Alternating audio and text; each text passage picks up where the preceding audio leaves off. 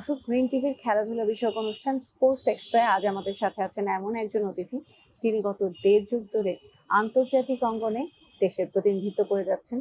দেশকে এনে দিয়েছেন একের পর এক পদক, কখনো স্বর্ণের, কখনো রূপার। তিনি বাংলাদেশের খ্যাতিসম্পন্ন শুটার আব্দুল্লাহ বাকি। বাকি ভাই, কেমন আছেন? জি আলহামদুলিল্লাহ, খুব ভালো আছি। যদি ইনজুরিটার কথা বাদ দিই তাহলে সবকিছু ঠিকঠাকই আছে। আপনার তাহলে ইনজুরি কেমন আছে, সেই কি অবস্থা এখন সেটা একটু আগে জানি। না, আগে যে তুলনায় অনেক ভালো, অলমোস্ট 80% কভার করে ফেলছি আল্লাহর মতে। তো এখন চেষ্টা করছি, আর বাকিটুকু হয়তো পুরোপুরি কিউর হবে না, কিন্তু এটুকু নিয়ে 50 মিনিটে যেতে মারা যায়, 50 মিনিটের দিয়ে আমি চেষ্টা করতেছি। এটা মানে পুরোপুরি সেরে যাবে না, মানে আপনার যেহেতু আপনি অলরেডি ইভেন্ট চেঞ্জ করেছেন, এরপরে এটা আপনাকে সামনে কোন ইভেন্টে এসে আপনি পার্টিসিপেট করতে পারবেন মনে হয়? ইভেন্ট চেঞ্জ করে বলতে অ্যাকচুয়ালি আমি 50 মিটার দিয়ে ন্যাশনাল টিমে চান্স পেয়েছিলাম, তারপরে 10 মিটার করেছি। কিন্তু যেহেতু 50 মিটারের 3টা অপশন, একটা হলো প্রন, স্ট্যান্ডিং, নিলিং, 3টা, আর স্ট্যান্ডিংয়ের অপশনটা খুব কম, 20 শট, সেক্ষেত্রে আমার 30 মিনিটস আনা। আর 10 মিটারে যেটা হয় প্রায় 1 ঘন্টা 1.5 ঘন্টার প্রয়োজন হয়, সেক্ষেত্রে আমার জন্য অনেক ডিফিকাল্ট। সো মাজার ব্যথার কারণে, মানে ব্যাক পেনের কারণে এটা প্রায় 2 বছর 3 বছর হয়ে গেল। কিন্তু এখন যেহেতু অনেকটা রিকভার করে ফেলছি, শুধুমাত্র 30-40 মিনিটের মধ্যে কভার করতে পারবো, এই জন্য 50 মিটারটাই কন্টিনিউ করতেছি আগের মতোই। আপনি ইসলামাবাদে স্বর্ণজয়, আর গ্লাসগো আর গোল্ড কোস্টে রূপা জয়। আপনার কাছে যদি আমরা জিজ্ঞেস করি, আপনার কাছে কোনটা বড়, বা আপনি কোন পরিচয়টা বেশি পছন্দ করেন, যে সাফ স্বর্ণজয়ী নাকি কমনওয়েলথ রূপাজয়ী? আসলে সাফ স্বর্ণ ছিল আমার 2010-এ টিম ইভেন্টে যেটা, আর যেটা ইসলামিক গেমসে যেটা গোল্ড পেয়েছিলাম সেটা হলো 17-তে। তো গোল্ডই আসলে অনেকগুলি সিলভার মিলেও একটা গোল্ড হয় না, কিন্তু গোল্ডের আমার কাছে মনে হয় যে গোল্ডের সম্মানটাই বেশি, বা গোল্ডের প্রতি প্রায়োরিটি বেশি। কিন্তু বাংলাদেশের প্রেক্ষাপটে আসলে কমনওয়েলথ গেমস, এটা কমনওয়েলথ গেমস বা এসএ গেমস, এগুলোর মধ্যে বেশি ইম্পর্টেন্স দেওয়া হয়। কিন্তু তারপরেও আমার কাছে মনে হয় যে ইসলামিক গেমসটাই বেস্ট আমার জন্য, যেহেতু এটা গোল্ড ছিল নেক্সট ইভেন্টে, প্রায় 44টা দেশ পার্টিসিপেট করে সেখানে। তারপরে কমনওয়েলথ গেমস অনেক বড় গেমস, কমনওয়েলথ গেমসেও 2010-এ যখন ব্রোঞ্জ পাইছি, আবার 2014-তে ইন্ডিভিজুয়াল সিলভার ছিল, 18-তে ইন্ডিভিজুয়াল সিলভার ছিল। ইন্ডিভিজুয়াল সিলভার থাকার পরেও এটাও কম না, গোল্ডের চেয়ে অনেক বড় আমার কাছে মনে হয়, কারণ এখানে অনেক বড় বড় পার্টিসিপেন্টরা ছিল, যেরকম ইন্ডিয়া, তারা অলিম্পিক গোল্ড পায়, অস্ট্রেলিয়া, ইংল্যান্ড। আমার মনে হয় তার জন্য বেশি প্রায়োরিটি কমনওয়েলথ গেমসটাই বেশি। আসিফ হোসেন খানের পর আপনার সামনে একটা সুযোগ ছিল যে কমনওয়েলথ গেমসে গোল্ড জেতা, পরপর দুটো ইভেন্টে সুযোগটা খুব কাছে গিয়ে হলো না, রূপা নিয়ে থাকতে হলো। এটা কতটা পোড়ায় আপনাকে? এটা আসলে এখনো মিস করি। এখনো যখন রাতে ঘুমাই, তখন ঘুমানোর আগেই যখন মনে পড়ে, তখন এটা খুব মিস করি, যে লাস্ট শটটার কারণেই। লাস্ট শটটা যদি খুব ভালো শট করতে হইতো, ব্যাপারটা 10.5 প্লাস করতে হইতো, ব্যাপারটা এমন না, অ্যাভারেজ করতে পারলে 10.2 করতে পারলে আমার গোল ছিল। সো এটা খুব আফসোস, সত্যি এটা খুব কষ্ট দেয়। হয়তো আল্লাহর কাছে দোয়া করি যে এরকম সুযোগ আবার আসে, হয়তো এটাকে রিকভার করবো ইনশাল্লাহ। যদিও আপনি কমনওয়েলথ গেমসে স্বর্ণ পাননি, কিন্তু আপনাকে শুটিং এ শুধু না, এ যাবৎকালে বাংলাদেশের যত ক্রীড়া ইভেন্ট আছে তার মধ্যে আপনাকে দেশের অন্যতম সেরা ক্রীড়াবিদদের একজন হিসেবে মূল্যায়ন করা হয়, আপনাকে আলাদাভাবে একটু মূল্যায়ন করা হয়। আপনি নিজেকে 10-এ কত দেবেন? না, আমার কাছে মনে হয় না আমি আমি ওরকম। কারণ হলো কি, ইন্ডিভিজুয়াল গেমস যতগুলি আছে সবার একটা টার্গেট থাকে, সেটা অলিম্পিক গেমস। অলিম্পিকটা হলো সবার ইন্ডিভিজুয়াল গেমসের জন্য পারফেক্ট। যেরকম ফুটবল থাকতে পারে, ক্রিকেট থাকতে পারে, ওয়ার্ল্ড কাপ, কিন্তু আমাদের হলো অলিম্পিক গেমসটা অনেক ইম্পর্টেন্ট। সো স্বপ্ন, আমাদের স্বপ্ন, বা স্পেশালি আমারও মেইন টার্গেট হলো অলিম্পিক গেমসে কিছু একটা করা। সেটা 2টা অলিম্পিক করেছি, সেটা ওরকম কিছু হয়নি, যদিও 16টা একটু কাছাকাছি গিয়েছিলাম, ফাইনালের কাছাকাছি, তারপরেও লাস্টে দিয়ে বের হয়ে গেছি। তো চেষ্টা করবো অলিম্পিক গেমসে কিছু করা, বা ওয়ার্ল্ড কাপ লেভেলে কিছু করা। আর কমনওয়েলথ গেমসে যেহেতু গোল্ড পাই নাই, এটা তো একটা আফসোস থাকে। এটা যদি চান্স পাই, কখনো সুযোগ পাই, এরকম সুবিধা আসে, তাহলে হয়তো এটার জন্য আবার ফাইট করবো। আর 10-এর মধ্যে আসলে কত দিব এরকম আমি কোনো মার্ক দিতে পারি না, কারণ আমার কাছে মনে হয় আমি কোনো অ্যাচিভমেন্টের মধ্যে একটা অর্জন করতে পারি না। আমি যেটা ছোটোবেলা থেকে যেটা নিয়ে ফাইট করতেছি, যেভাবে ফাইট করতেছি, ওয়ার্ল্ড চ্যাম্পিয়ন হবো, অলিম্পিক চ্যাম্পিয়ন হবো, সেরকম ওইটা আসলে কিছুই হয় না। আপনাকে মানুষ মূলত চিনেছে 10 মিটার এয়ার রাইফেলের জন্য, আপনার মেডেলগুলো 10 মিটার এয়ার রাইফেল এসছে, কিন্তু ইনজুরি আপনাকে 50 মিটার এয়ার রাইফেলে চেঞ্জ করতে হলো। এই সিদ্ধান্ত নেওয়াটা কতটা কঠিন ছিল, নিজের পরিচয় চেঞ্জ করা? এটা অনেক কষ্ট ছিল সত্যি। এটা 21-এর অলিম্পিকের পরে যখন আমি পুরোপুরি ইনজুরিতে পড়ি, 2023 সাল পর্যন্ত আমি চেষ্টা করেছি 10 মিনিটটা নিয়ে ফাইট করার জন্য। তারপরেও সিএমএচে ডাক্তার দেখাইছি, অনেক ডাক্তার দেখাইছি, এপোলোতে দেখাইছি, তারপরে ইন্ডিয়াতেও দেখাইছি। Indian national team, shooting national টিমের সহযোগিতায় আমি একটা ভালো ডাক্তার দেখাইছি। ওদের ওদের যে সাজেশনটা ছিল যে সেটা যেন আমি 1 ঘন্টার কন্টিনিউ বেশি 1 ঘন্টা যেন পার না করি স্ট্যান্ডিংয়ে। তো সেক্ষেত্রে কারণ যেহেতু স্ট্যান্ডিং এমনি সহজভাবে দাঁড়ায় থাকা এক জিনিস, আর রাইফেল নিয়ে পজিশনের মধ্যে থাকে আরেক জিনিস। সো ওইখানে একটা রাইফেলের ওয়েট আছে, ড্রেসের ওয়েট আছে, অলমোস্ট 10 to 12 কেজির একটা ওয়েট আছে। তো সেটা নিয়ে দাঁড়ায় থাকে আমার কাছে মনে হয় প্রথমেই প্রবলেমটা ফিল করতেছিলাম আগে থেকেই, যখন সব ডাক্তারই কনফার্ম করছে যে না আসলে আমার মনে হয় 1 ঘন্টা বেশি থাকা যাবে না। তো তারপর থেকে যখন 10 মিনিটটা মোটামুটি মানে প্র্যাকটিস বাদ দিয়েছি, তারপর থেকে আমার এটা রিকভার করা শুরু হয়েছে। তো এটা হলো রিকভার করা যেহেতু শুরু হয়েছে, তার মানে আমি আর একটা চান্স আমার কাছে সম্ভাবনা আছে, যেহেতু 50 মিটার একটা অপশন আছে যে সেখানে 30 মিনিটের একটা ব্যাপার স্ট্যান্ডিংয়ে। সো সেক্ষেত্রে আমার কাছে মনে হয় 50 মিটারটাই স্টার্ট করতে, এই কারণেই মূলত 50 মিটারটা আবার স্টার্ট করছি। কারণ কি এখানে 50 মিটারে আমার একটা দুর্বল পয়েন্ট আছে। কারণ হলো আমি কিন্তু ন্যাশনাল টিমে চান্স পেয়েছি 50 মিটার দিই, আর তখন আমি 10 মিটার মারি না, সেটা 2008-এ। আমি ফার্স্ট যখন সিলেকশন করেছি সাব শুটিং চ্যাম্পিয়নশিপ পাকিস্তানের জন্য একটা কম্পিটিশন হচ্ছিল, তো ওখানেই আমার ফার্স্ট সিলেকশনটা হয় 50 মিটারের জন্য। তারপর এই 50 মিটার দিয়েই 10 মিটার ইন্টারন্যাশনাল গেমস করার পরে, ন্যাশনাল টিমে পার্টিসিপেট করার পরে তখন আমি 50 মিটার শুরু করি, 10 মিটার শুরু করি। তো সেক্ষেত্রে আমার মনে হয় 50 মিটার আমি ইউজ টু, 50 মিটার প্রতি আমার একটা সফট কর্নার আছে। সো আমার মনে হয় 50 মিটার দিয়ে আমি ভালো করতে পারবো ইনশাআল্লাহ। আপনার ইনজুরির কারণে যখন এত বড় একটা সিদ্ধান্তে আসতে হলো, ইনজুরি ম্যানেজমেন্টের যেই প্রসেসটা ছিল, পুরো প্রসেসটাতে আপনি আসলে ফেডারেশনের সহায়তা কতটা পেয়েছিলেন? না, ফেডারেশনের সহায়তা পেয়েছি। প্রথম যখন আমি একদম 2021 সালের দিকে যখন আমি ফেডারেশনে ছিলাম, তখন ডক্টর দেবাশিস স্যার নিজেই এখানে এসছেন, এসে আমাকে মাঝে মাঝে ট্রিটমেন্ট করেছে, এবং ফিজিও এসছেন বা অনেক মাসাজের লোকজন এসছে। অনেকভাবে ট্রাই করা হয়েছে যে এটাকে আমি প্র্যাকটিস রানিং থাকা অবস্থায় আমি এটাকে কভার করতে পারি কিনা, কিন্তু তারপরেও হয় নাই। আসলে চেষ্টা করেছি, ফেডারেশনে অনেক সহযোগিতা করেছে। ইভেন ওর কোথাও একটা চিকিৎসারও অনেক চিকিৎসা তখন যতগুলো চিকিৎসা হয়েছে, তো প্রত্যেকটা চিকিৎসায় ওনারা বেয়ার করেছেন আর কি। সামনের দিনগুলোর জন্য আপনার পরিকল্পনাটা কি, বা নিজেকে আর কত দূর নিতে চাচ্ছেন লক্ষ্য? আসলে বাংলাদেশের প্রেক্ষাপটে তো বয়স অনেক ইম্পর্টেন্ট। অ্যাকচুয়ালি শুটিংয়ের আর্চারি আমার মনে হয়, স্পেশালি শুটিংয়ে আমার কোনো বয়সের কোনো ফ্যাক্টর না। কারণ আমি জানেন গত অলিম্পিকেও 52 বছর বয়সে, অলমোস্ট 52-54 বছরের অলিম্পিকে মেডেল পায়, আর তাছাড়া ওয়ার্ল্ড কাপে তো অ্যাভেলেবেল। সো বাংলাদেশের প্রেক্ষাপটে অনেক টাফ। তবুও আমি যেহেতু বাংলাদেশ নেভিতে আমি চাকরি করি, তো সেই চাকরির সুবাদে আমার শুটিংটা কন্টিনিউ করতে হয়। তাছাড়া শুটিংটা আমার একটা কাইন্ড অফ নেশা, এটা আমি শুটিং ছাড়া আসলে আমি ঘুমাইতেও পারি না ঠিকভাবে। তো সেক্ষেত্রে আমার এটা কন্টিনিউ করতে হয়। আমি মন থেকেই করি, আমার ভালো লাগা থেকেই করি। আমি যতদিন সুযোগ সুবিধা পাবো, যতদিন এটাকে অ্যাফোর্ড করতে পারবো, সব দিক দিয়ে মিলে অনেক কিছু ডিপেন্ড করে, ফ্যাসিলিটিস ডিপেন্ড করে, শুটিং রেঞ্জের উপর ডিপেন্ড করে, তারপরে অ্যামো, রাইফেল, সব কিছু ফ্যাসিলিটিসের উপর ডিপেন্ড করে। যতদিন ফ্যাসিলিটিসটা কন্টিনিউ পাবো হয়তো ততদিনই চেষ্টা করে যাবো ইনশাআল্লাহ। অবসর ঘোষণার সময় আব্দুল্লাহিল বাকির নামের পাশে আপনি কয়টা পদক দেখতে চান? কোন ধরনের কয়টা কি থাকবে? এখন দেখেন, আমি তো বললাম যে ইন্ডিভিজুয়াল গেম হিসেবে অলিম্পিক হলো সবার টার্গেট। যেহেতু আমি অলিম্পিক লেভেলেই হয়তো সবসময় চেষ্টা করি অলিম্পিক লেভেলে কীভাবে যাওয়া যায়, ওইটাই ভীষণটাই থাকে সবসময়। তারপরে ওয়ার্ল্ড চ্যাম্পিয়নশিপে ওয়ার্ল্ড চ্যাম্পিয়ন বা কমনওয়েলথ গেমস মেডেল বা এশিয়ান গেমস মেডেল, সেটাও অনেক বড় ব্যাপার।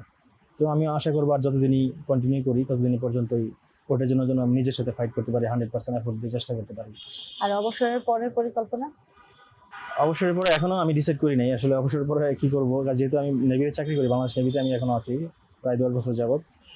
তো এখনো ওরকম টাইম ফিক্সড করিনি আসলে কিভাবে কোচের লাইনে যাব, বা এই লাইন শুটিংটা ছেড়ে দিলে এই কোচ করবো না, বা শুটিং রিলেটেড কিছু সব থেকে একবারেই ছেড়ে দেবো কিনা, আসলে এখনো 100% ওরকম ডিসিশন নেইনি এখন। তবু শুটিংয়ের সাথে সম্পর্কিত থাকার সম্ভাবনাই বেশি যদি ওই সুবিধাটা পাই বা ওই ফ্যাসিলিটিসটা পাই, সেটা যে কোনো ওয়েতেই হোক, সেটা মেন্টরের দিক দিয়ে হোক, সেটা কোচের দিক দিয়ে হোক, বা শুটিং ফেডারেশনের সাথে যে কোনো কর্মকাণ্ডে জড়িত থাকতে পারি, তো সেভাবে থাকার চেষ্টা করব। এটা যে কোনো ওয়েতেই হোক। যেহেতু আমি এখন বাংলাদেশ অলিম্পিক অ্যাসোসিয়েশনের মেম্বার, যদিও একটা অর্গানাইজেশন, কিন্তু ওনাদের একটা কোটা আছে, একটা সিস্টেম আছে, যেটা হচ্ছে অলিম্পিয়ান হইতে হবে একটা অপশন আছে এরকম, অলিম্পিয়ান হইতে হবে, অলিম্পিয়ান আবার পরপর তিনটা, এর আগের পরপর তিনটা অলিম্পিয়ান, যেমন আমি 2016 অলিম্পিয়াড করছি, 2021 অলিম্পিক করছি। তো সেক্ষেত্রে আমি পরপর তিনটা, মানে 8 বছর, নেক্সট 8 বছর পর্যন্ত আমি ক্যাপেবল অলিম্পিক অ্যাসোসিয়েশনের এই মেম্বার হিসাবে আর কি। তো সেক্ষেত্রে ওইখানে আবার অপশনও আছে, সেটা হলো আমি কন্টিনিউ প্লেয়ারও হইতে পারি, অবসরপ্রাপ্ত হইতে পারি। সেজন্যই আমি অলিম্পিক অ্যাসোসিয়েশনের মেম্বার।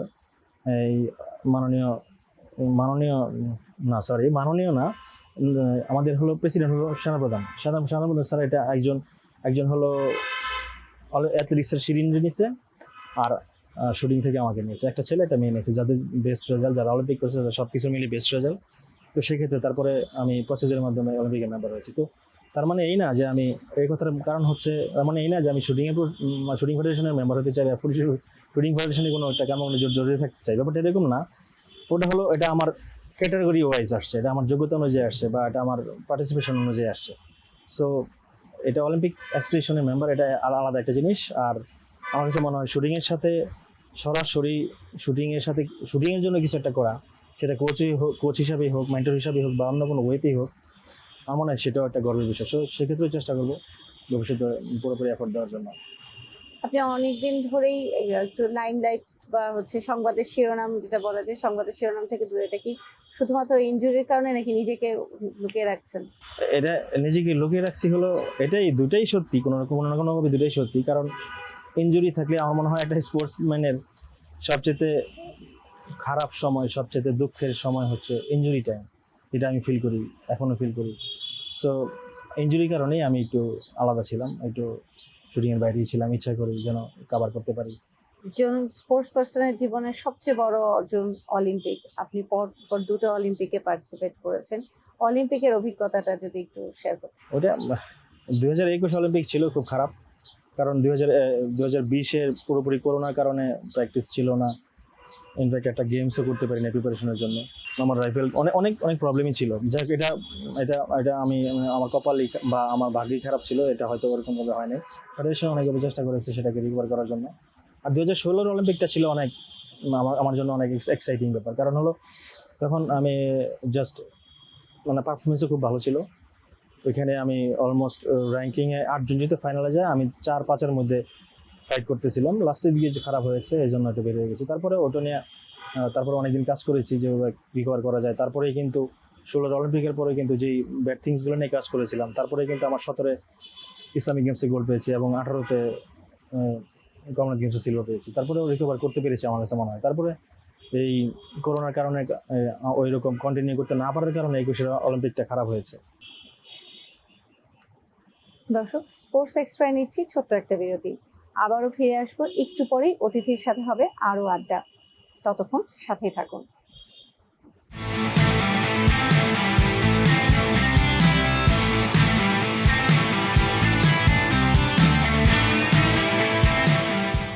আবারও স্বাগত স্পোর্টস এক্সট্রায়।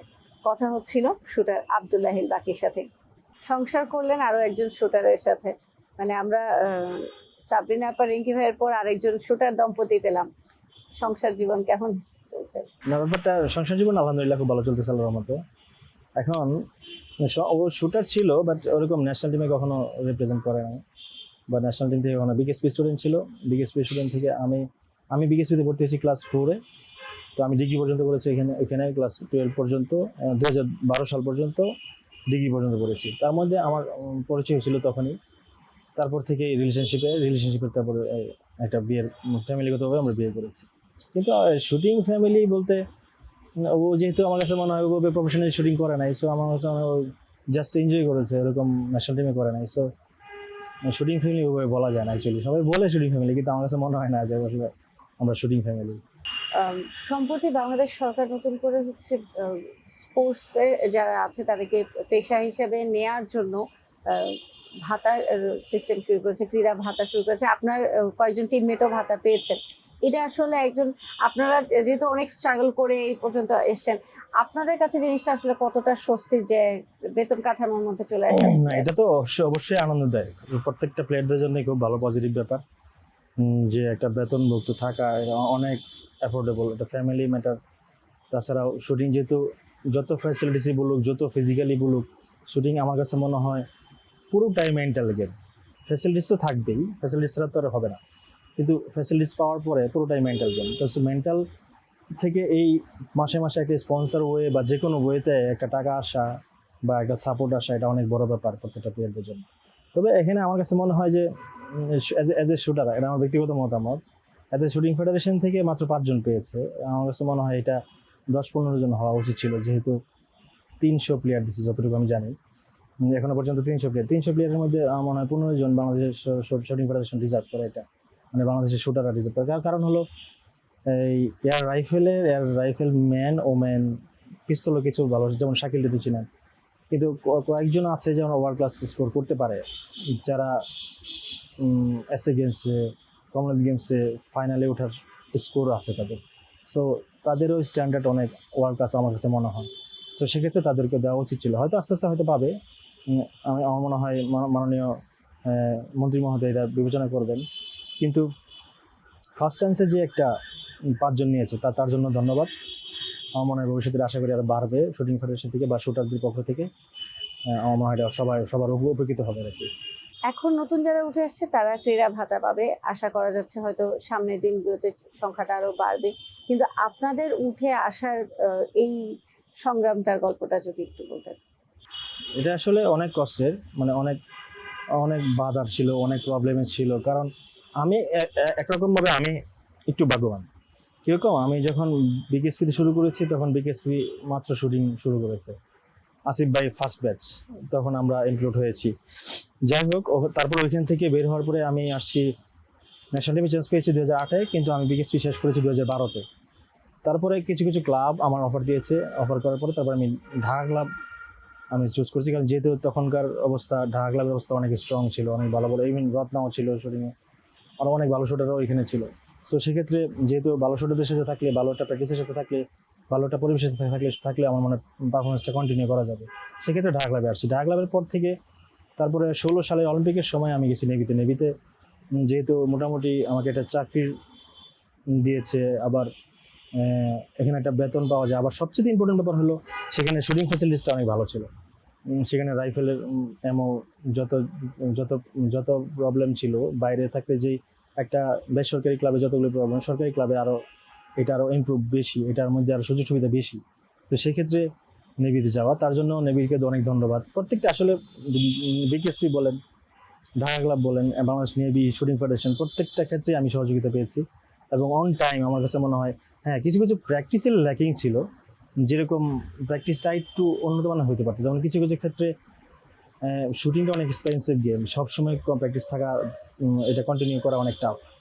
সো সবসময় যদি আমার যদি যতগুলি প্র্যাকটিস আছে বা আমি যত প্র্যাকটিস ক্যারিয়ার বা শুটিং ক্যারিয়ার বা ইনফ্যাক্ট যারা ভবিষ্যতে আসবে তাদের ক্ষেত্রে যদি সবার ক্ষেত্রে যদি প্র্যাকটিসটা কন্টিনিউ করা যায়, প্রপার ফ্যাসিলিটিসটা নিয়ে, আর টাকার ব্যাপারটা যে স্পন্সরের হোক, যে কোনো ওয়েতে হোক, টাকাটা প্রপারলি আসে, আর প্র্যাকটিসটা যদি প্রপার পায়, আমার মনে হয় প্রত্যেকটা প্লেয়ারদের জন্য এটা অনেক বড় পজিটিভ ব্যাপার। সাকসেস রেট বা সাফল্যের হার যেটা বলে, যদি বিবেচনা করা হয় বাংলাদেশের যে কোনো খেলার তুলনায় ডেফিনেটলি শুটিং সবচেয়ে আগানো থাকবে, কারণ নাম্বার অফ মেডেল সবচেয়ে বেশি শুটিংয়ে থাকে। তারপরেও সবসময় ক্রিকেট ফুটবলের তুলনায় অনেকটা আলোর অভাবে থাকে, পাদপ্রদীপের আলোয় আসে না শুটিং।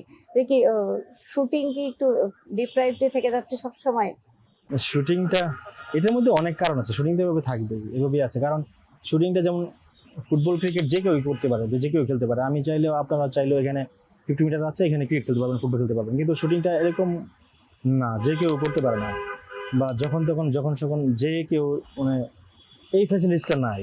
এই ফ্যাসিলিটিসটা থাকলে আমার কাছে মনে হয় শুটাররা আরও বেশি হইতো, এবং শুটারদের যে শুটিংয়ের যে একটা পপুলারিটি, এটা মনে হয় একটু বাড়তো। এটা একটা ব্যাপার। আর একটা ব্যাপার হলো যে আর্থিক যে প্রবলেমটা, আমার মনে হয় যে আর্থিকভাবে এখানে কোনো বেতন ছিল না, কোনো স্পন্সর ছিল না। সেটা ব্যক্তিগতভাবে ফেডারেশনেরও তেমন কোনো স্পন্সর নাই, শুটারদের হবে তো এটা আরও পরের ব্যাপার। তো আমার কাছে মনে হয় যদি স্পন্সর, এই পপুলার, এই জনপ্রিয়তা বাড়ানোর জন্য যা যা করা যায় সেগুলো যদি করা যেতে পারে, তাহলে আমার মনে হয় শুটিংটা একটু আপগ্রেড হবে। যেরকম সব কিছুর মূল্যই আমার কাছে মনে হয় যে এটা জনপ্রিয়তাটা নিয়ে আসার অনেক টাফ। জনপ্রিয়তা নাই বলে আমাদের শুটিং আজকে এই অবস্থা। আমার মনে হয় জনপ্রিয়তা যদি আর বাড়ে, আমার শুটিংটা আরো ভালো হবে ইনশাল্লাহ। মানে আমরাও সংবাদকর্মীরাও হয়তো একটু পিছিয়ে থাকি, হয়তো শুটিং ওভাবে সামনে আনি না।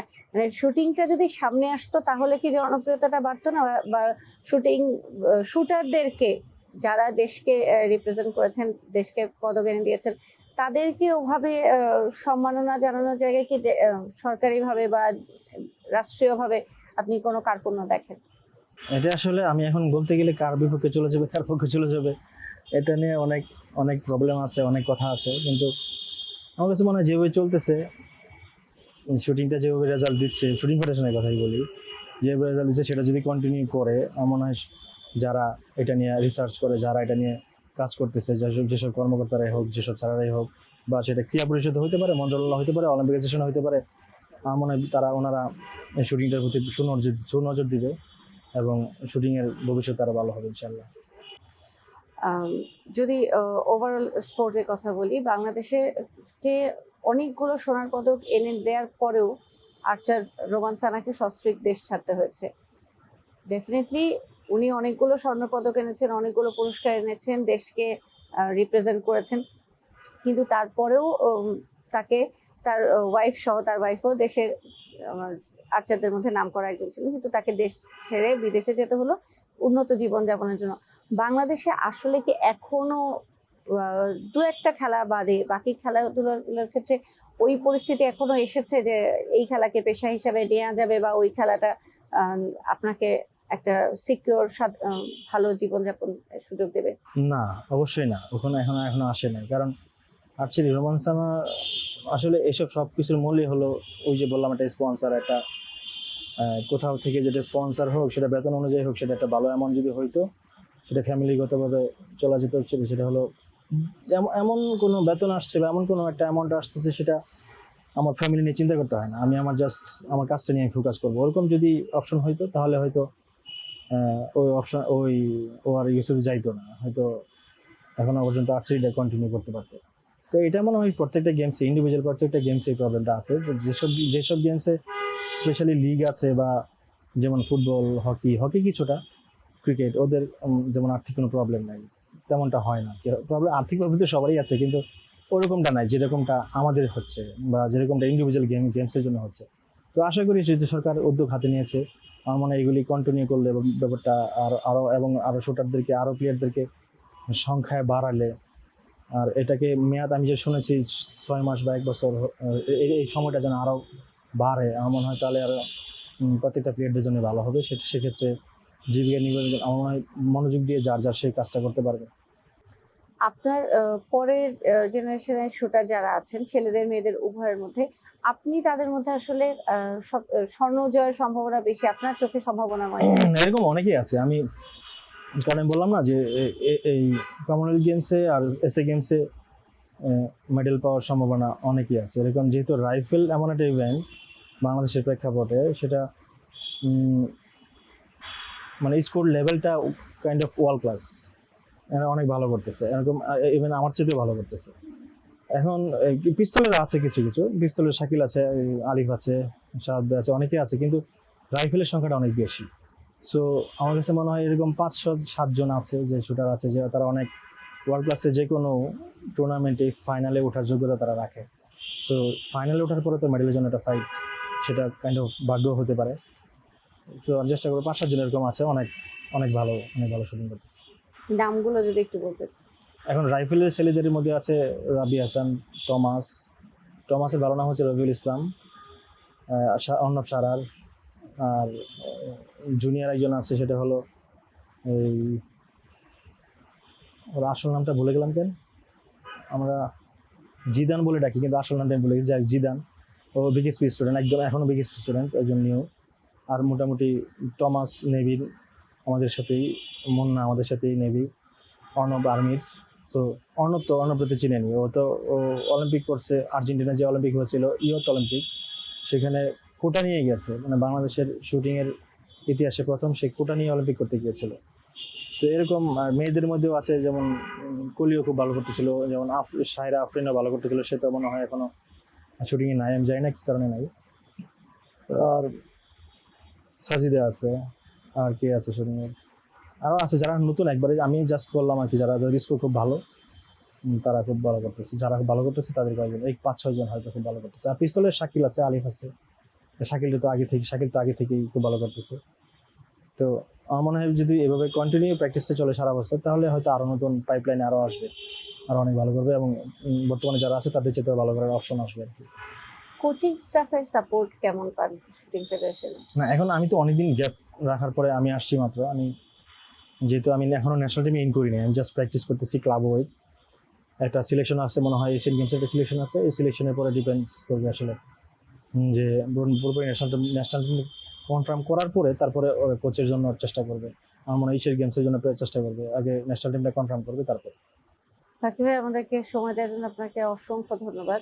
আপনাদেরকে ধন্যবাদ। আপনারা দোয়া করবেন শুটিংয়ের জন্য, বাংলাদেশ শুটিং স্পোর্টসের জন্য, আমার জন্য, যেন আরও কিছু ভালো কিছু করতে পারি দেশের জন্য। এবং আপনারাও শুটিংয়ের জন্য, মানে শুটিংয়ের প্রচারটা মানে যেন জনপ্রিয়তাটা আরও বাড়ে, সেইভাবেই পজিটিভলি যদি প্রচার করেন, আমার মনে হয় শুটিংয়ের জন্য, শুটারদের জন্য অনেক ভালো হবে। ধন্যবাদ। ধন্যবাদ আপনাকে। দর্শক, এই ছিল স্পোর্টস এক্সট্রার আজকের আয়োজন। সামনের দিনগুলোতে আবারও হাজির হব নতুন কোনো অতিথির সাথে, আবারও মেতে উঠবো খেলাধুলা নিয়ে আড্ডায়। ততক্ষণ গ্রিন টিভির সাথেই থাকুন।